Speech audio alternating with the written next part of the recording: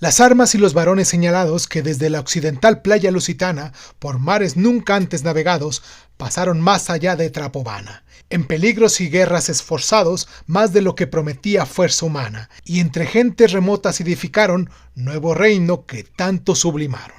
Vamos a hacer una traducción literal.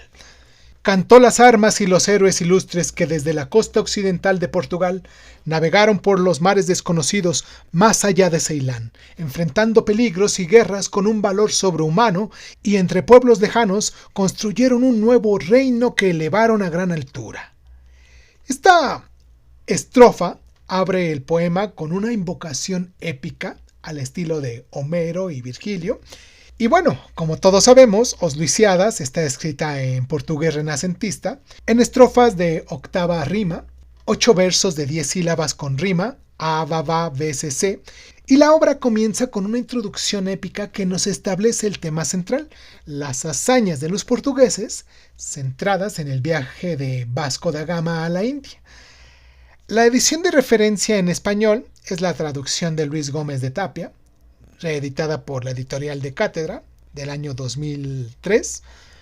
Y pues nada, yo soy Irving Sun, para quien no me conoce, esto es Crónica Lunares de Sun. Esta es nuestra sección de Cuéntame un libro y hoy en ella vamos a hablar de Os Lusíadas, Los Lusíadas, el poema épico de Luis Vaz de Camões, publicado en 1572, considerado la obra cumbre de la literatura portuguesa. Y sin más ni más, ¿qué tal si comenzamos?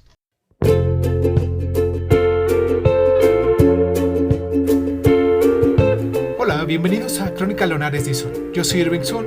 Escúchanos en tu plataforma favorita.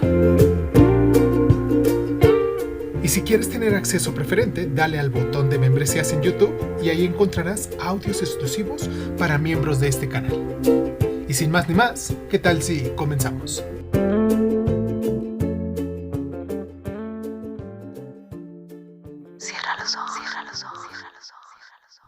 Os Lusíadas es un poema épico de 10 cantos con 1102 estrofas que celebra el viaje de Vasco da Gama a la India y las glorias de Portugal durante la era de los descubrimientos.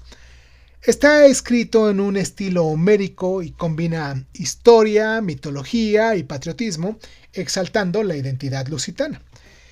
En el canto 1, hablando ya de la introducción, es que tras una dedicatoria del rey Sebastián, el poema comienza con la flota de Vasco da Gama en el Océano Índico, navegando hacia la India, y los dioses olímpicos, liderados por Júpiter, debaten el destino de los portugueses. Venus los protege, mientras que Baco los obstaculiza, celoso de su gloria.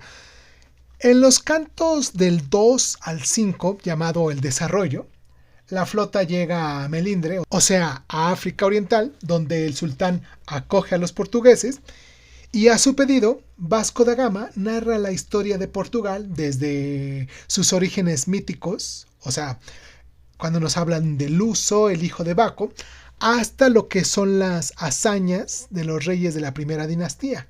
En el caso de Afonso Enríquez, Inés de Castro, por ejemplo. Y la narrativa alterna entre lo que es el viaje, los enfrentamientos de los pueblos hostiles, influenciados por Baco, obviamente, y las descripciones mitológicas. En los cantos del 6 al 9, si no me equivoco, ya hablando del clímax, los portugueses se enfrentan tormentas y emboscadas como un altar falso creado por Baco para poderlos engañar. También Venus en este caso interviene, enviando ninfas para poder calmar los vientos. En Calicut, allá en la India, Vasco da Gama negocia con Zamorín, pero Baco también incita a los musulmanes contra él, y Venus premia a los marineros con la Isla del Amor, un paraíso mitológico donde disfrutan de ninfas. En el canto número 10, ya hablando del desenlace, Tetis, amante de Vasco da Gama, profetiza el futuro del imperio portugués, incluyendo las conquistas en Asia y en África, y también nos muestra una visión del universo tolemaico y nos relata la circunnavegación de Magallanes. Este poema concluye con un consejo del rey Sebastián para unir a los monarcas cristianos contra lo que es el Islam y un lamento por la decadencia del Portugal. Y bueno, la trama no es solo un relato de viajes, sino también es una mitologización de la identidad portuguesa, mezclando los hechos históricos con intervenciones divinas en un tono que resalta el heroísmo y la crítica de la corrupción. Su estilo o su estructura es un poema que está dividido en 10 cantos, como ya les digo, y cada uno con estrofas de octava rima que combinan fluidez y solemnidad. Y Camões adopta la estructura épica clásica, o sea, la invocación de las musas, la intervención divina y las narraciones históricas, pero la adapta al contexto renacentista. Su estilo es grandilocuente, con un son alto sublimado en el canto 1, por ejemplo en la estrofa 2, pero también incluye pasajes líricos cuando nos habla de la isla del amor, pero también incluye pasajes líricos cuando nos habla del amor y también pasajes descriptivos, en el caso de cuando nos habla de las tormentas y de los paisajes. Usa la intertextualidad de Homero y de Virgilio, la sátira cuando critica la codicia y la corrupción y el sincretismo, esta mezcla de dioses paganos con un mensaje cristiano. Todos los discursos de oradores como lo es Vasco da Gama y el Viejo de Restelo aportan profundidad retórica. Y la descripción del universo tolemaico en el último canto, en el canto número 10, es un tour de force visual comparado por Antonio José Saravia, una pintura que nos habla. Es toda una épica renacentista que explora el heroísmo, el destino nacional, la exploración, la fe y la decadencia. Y hay otros temas que influyen en lo que es el amor, en este caso platónico y sensual, la naturaleza y la lucha entre la civilización y la barbarie. Su tono oscila entre la celebración y la elegía por un imperio que a su vez Luis Vaz de Camões veía desvanecerse. Vasco da Gama, siendo a su vez el héroe épico, encarna la valentía y la fe, pero también la vulnerabilidad humana.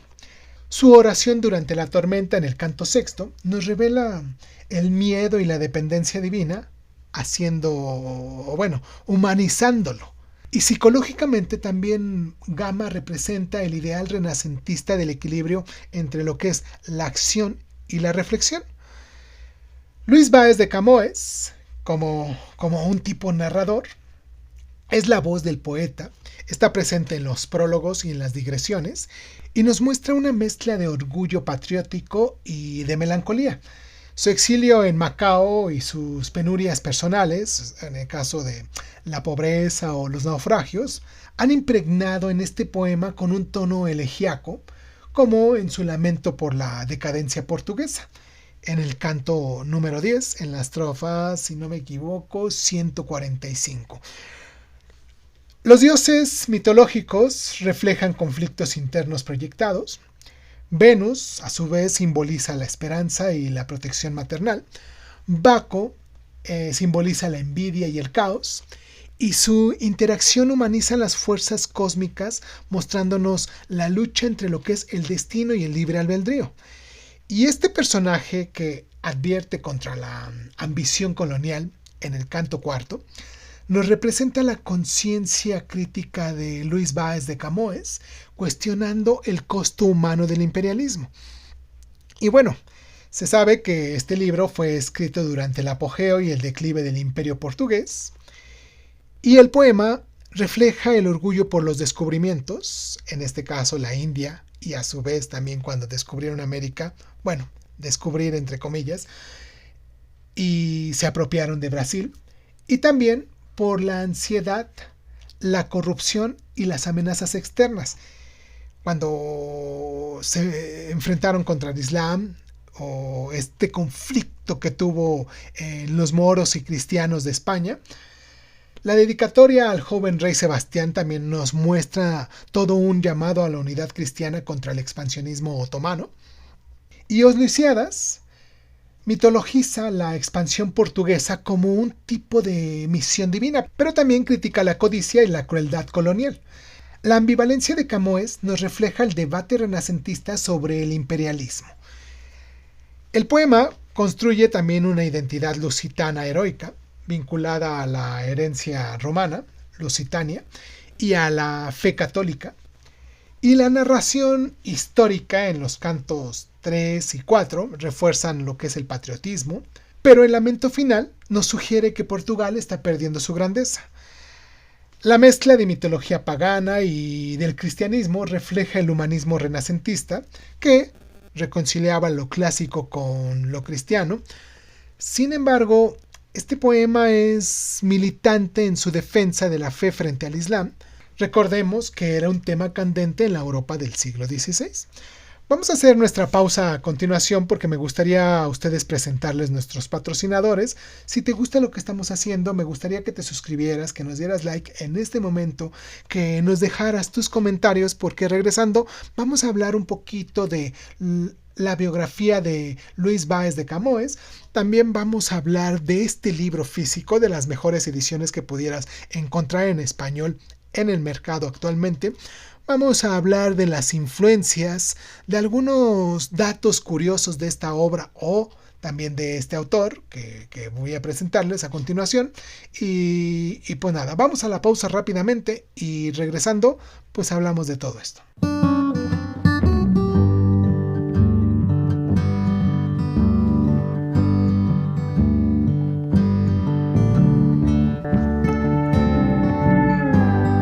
Oye, hay veces que me la paso grabando, estoy editando, estoy escribiendo mis guiones, estoy investigando, haciendo este programa y muchas veces me levanto con esa pequeña molestia en la cintura, en los hombros, a lo mejor un poquito en el cuello y me tengo que estirar, tengo que hacer algún tipo de movimiento para poder relajar los músculos y todo eso.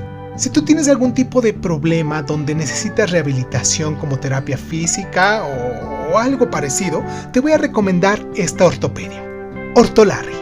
Fue fundada desde 1988 y nos está ofreciendo calidad y servicio, salud y bienestar. Obviamente cuentan con los servicios de ortopedia en general, con terapias alternativas y de rehabilitación como lo es electroestimulación, terapia física, acupuntura, quiropráctica, aplicación de láser terapéutico, masajes, tratamiento integral de pie plano, cervicales, columna vertebral, cadera, rodillas y pies. Así como también nos ofrecen artículos ortopédicos, calzado y tenis ortopédico. Están ubicados en Norte 17211 en la colonia Moctezuma en la segunda sección, en la alcaldía Venustiano Carranza, allá en la Ciudad de México. Obviamente este llamado es para alguno de los lunares que nos están escuchando desde la Ciudad de México, que sé que son muchos.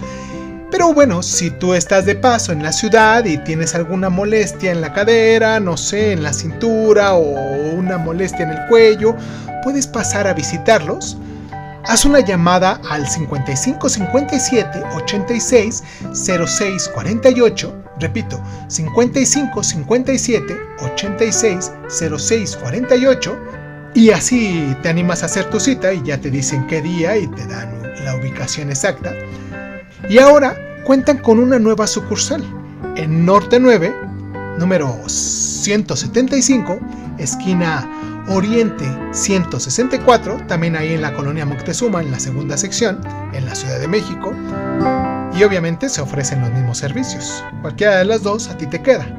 Y por inauguración, que están abriendo esta nueva sucursal en la calle Norte 9, número 175, y porque estás escuchando Crónica Lunares y Zoom, te van a ofrecer completamente gratis el examen de pie plano. Y ya para finalizar este pequeño anuncio, cuentan con consulta homeopática. Recuerden, los teléfonos es 5524 85 15 12 y el WhatsApp para que puedan mandarle un mensajito y hacer su cita es el 55 61 07 51 26. Les repito los teléfonos: 55 24 85 15 12 y 55 61 07 51 26. Ortolarri. ofreciendo calidad y servicio, salud y bienestar desde 1988. Es hora de que vayas y los visites. Regresamos con nuestro programa.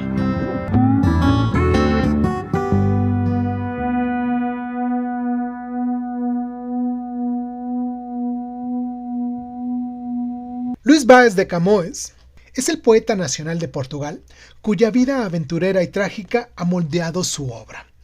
Nació en Lisboa o en Coimbra, probablemente en el año de 1524 o 1525, en una familia de baja nobleza gallega. Es hijo de Simão Vaz de Camões y Ana de Sá. Se sabe que su infancia estuvo marcada por la pobreza tras el naufragio de su padre en Goa. Se presume que estudió en la Universidad de Coimbra, donde adquirió una sólida formación humanista del latín, del griego y de mitología. Y aunque no hay evidencia de que se graduara, su erudición es evidente en esta obra. Fue soldado, poeta y viajero. Perdió un ojo en combate contra los moros en Ceuta. Estuvo exiliado en Lisboa por un escándalo amoroso. Sirvió en la India, allá en Goa y en Macao, donde escribió gran parte de este libro de Os Lusíadas. Sufrió naufragios en Camboya y también estuvo en prisión por deudas. Regresó a Lisboa en el año de 1570, publicando este poema en 1572. Y además de Os Lusíadas, escribió poesía lírica, rimas, publicadas póstumamente en 1595, con sonetos, odas y elegías, y obras teatrales como Anfitrioes, El rey Seleuco, y su colección Parnaso se perdió. Es conocido por su dominio del verso, comparado con Shakespeare y Dante. Se sabe que nunca se casó, pero tuvo amores tumultuosos, incluyendo un romance que lo llevó al exilio. Se sabe que vivió en la pobreza, dependiendo de una pensión real otorgada por el rey Sebastián tras la publicación de Os Lusíadas, y murió el 10 de junio de 1580 en Lisboa, probablemente en un hospicio, durante lo que fue la peste y la anexión de Portugal por España. Su tumba en la iglesia de Santa Fe fue destruida por el terremoto en 1755, y su muerte es considerada como el Día de Portugal. Vivió el Renacimiento portugués bajo los reinados de João III y Sebastián, en una era de la expansión colonial y de tensiones con España, y sus experiencias en lo que fue Asia y África le dieron una perspectiva única sobre el imperio que se vio reflejado en esta obra. La primera edición de 1572 tiene dos variantes con el pelícano del título, mirando ya sea a la izquierda o a la derecha, lo que ha generado especulaciones sobre las ediciones piratas o las correcciones de Camões. Luís Vaz de Camões vivió las aventuras que describe, navegando los mares que canta en su poema, lo que distingue de poetas como Virgilio, que escribían también desde la distancia. Voltaire elogió y criticó Os Lusíadas en su ensayo sobre poesía épica, admirando su lirismo pero cuestionando su estructura. Y se sabe que el crítico Eduardo Lourfenso afirmó: Portugal existe porque Camões lo salvaguardó en su memoria, subrayando el papel del poema como pilar de la identidad lusitana. Por último, ¿sabías que una estatua de Camões en Goa, allá en la India, fue trasladada a un museo tras protestas locales por su simbolismo colonial? Bueno, hablemos de las influencias de esta obra. Creo que a mi ver, y no me equivocaré mucho, pienso, Camões se inspira en Homero, en su libro de la Ilíada y en la Odisea, y también se inspira en Virgilio, en el libro de la Eneida, para poder crear la estructura épica y los dioses de su obra. También bebe de Horacio y de Ovidio en su lirismo y de Petrarca en sus sonetos. Del humanismo renacentista tiene influencia de Erasmo y el neoplatonismo, que se refleja en la mezcla del paganismo y del cristianismo, así como de la exaltación del conocimiento y la naturaleza. Tiene influencia de sus viajes a África y a Asia, de su vida militar y de su exilio, que impregnan el poema del realismo y la melancolía, diferenciándolo, obviamente, de las épicas idealizadas. Y por último, tiene influencia de las crónicas de Fernão Lopes y la tradición oral lusitana, que nutren las narraciones históricas de los cantos número 3 y números 4. Pero bueno, a su vez este libro también tiene influencia en otros escritores. Influyó en la literatura europea, en John Milton, en su libro de El paraíso perdido, quien admiraba su versificación. En Goethe, por ejemplo, que lo consideraba un pintor de la naturaleza. En Sir Richard Burton, que fue traductor de Os Luisiadas, quien lo llamó el maestro. En la literatura española tiene influencia de las traducciones de 1580 de Gómez de Tapia, de Caldera, que reflejan su impacto en España, donde fue comparado con Virgilio. También Herman Melville escribió un poema sobre la naturaleza de Camões, y Harold Bloom lo incluyó en su canon de genios literarios. Y en la literatura postcolonial, allá en la India, en Goa, la traducción al Konkani reinterpretó el poema desde una perspectiva india, mostrándonos todo este alcance global.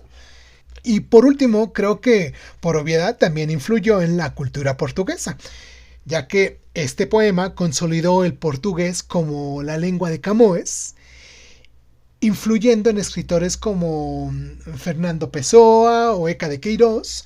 Y bueno, ¿por qué habríamos de leer Os Luisiadas? Imaginemos embarcarnos en un galeón rumbo a lo desconocido, con dioses y tormentas como compañeros, mientras que un poeta soldado nos va guiando con versos que resuenan como el rugir del mar. Os Luisiadas te lleva al corazón de Portugal renacentista, donde el coraje, la fe y la melancolía se entrelazan en una odisea épica. Os Luisiadas es una obra monumental que combina la emoción de una aventura marítima con la profundidad de un tratado humanista, capturando el espíritu de una era que cambió el mundo. Y deberías leerla porque es una épica vibrante, ya que es una mezcla de historia, mitología y poesía, y crea un relato tan emocionante como un Indiana Jones literario. También porque refleja el auge del imperialismo, el humanismo y la tensión entre la fe y la ambición, o simplemente por sus temas de exploración, identidad y decadencia que resuenan en cualquier cultura. Si nada de eso es suficiente, te pudiera decir que pudieras leerla o deberías de leerla porque es un legado cultural. Es como la Eneida de Portugal, que define una nación y su lugar en el mundo. Hay que abrir sus páginas y así poder navegar con Vasco de Gama hacia la India, donde la poesía inmortaliza la gloria y las sombras de un imperio. A continuación vamos a hablar del libro físico de este que tengo aquí en mis manos. La edición original de 1572 tiene entre 200 y 300 páginas, dependiendo del formato. Las ediciones más modernas, como lo es Cátedra del año 2013, tiene unas entre 300 y 500 páginas. Esta viene con notas y con comentarios. La que yo tengo aquí en mis manos es esta de Cátedra, que incluye una introducción y notas. La traducción es de Luis Gómez de Tapia y está actualizada.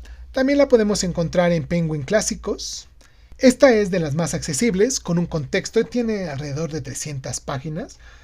Está la de LIPM Editores, de un formato de bolsillo y es ideal para lectores lusófonos.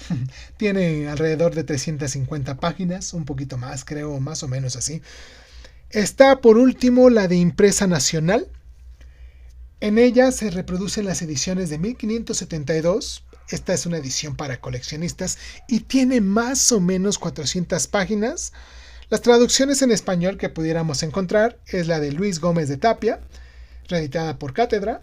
Es la primera traducción, es arcaica pero histórica. También podemos encontrar la de Benito Caldera, que es un poquito más contemporánea a Gómez de Tapia, con un tono más virgiliano. Está la de Manuel de Faria e Sousa, que es de 1639, con un comentario en español, traducida al portugués en el siglo XIX, y en esta incluye un análisis extenso. Y las ediciones modernas, como la de Cátedra o la de Acal, actualizan todas estas traducciones para mayor claridad. Para nosotros que igual no leemos el portugués renacentista, o que en ocasiones pues nos perdemos en las palabras por la forma de escritura. Y bueno, está disponible en tapa blanda, en Cátedra, en Penguin, en tapa dura, en su editorial de la Impresa Nacional. En digital la pueden descargar en Kindle. Está en inglés y en portugués. Hay ediciones facsimilares y anotadas para los estudiosos. El idioma original es un portugués renacentista con influencias latinas y griegas. Y la encuentran en el género de poema épico, literatura renacentista o poesía. En cualquiera de esas tres pasillos pueden encontrar esta lectura. Bueno, ya, en conclusión, ya para no alargar más todo este audio. Os Luisiadas, de Luis Vaz de Camões, es una obra fundacional que captura lo que es la grandeza y las contradicciones del Renacimiento portugués, tejiéndonos un tapiz épico donde la historia, la mitología y la filosofía se entrelazan, como lo es la celebración del viaje de Vasco da Gama y del Imperio Lusitano. Este poema exalta el heroísmo y la fe, pero también cuestiona la ambición y la decadencia con una voz de melancolía que resuena en la modernidad. Y desde un enfoque académico, es un texto clave para estudiar la épica renacentista, el humanismo y los discursos coloniales, mientras que para los lunares contemporáneos nos ofrece una aventura poética llena de tormentas, de dioses y de visiones cósmicas. Ahora, después de todo esto, vamos a sumergirnos en este clásico donde el mar susurra las glorias y las sombras de un pueblo, y de ese modo vamos a descubrir por qué Luis Vaz de Camões sigue siendo el alma de Portugal, cuya lengua lleva su nombre.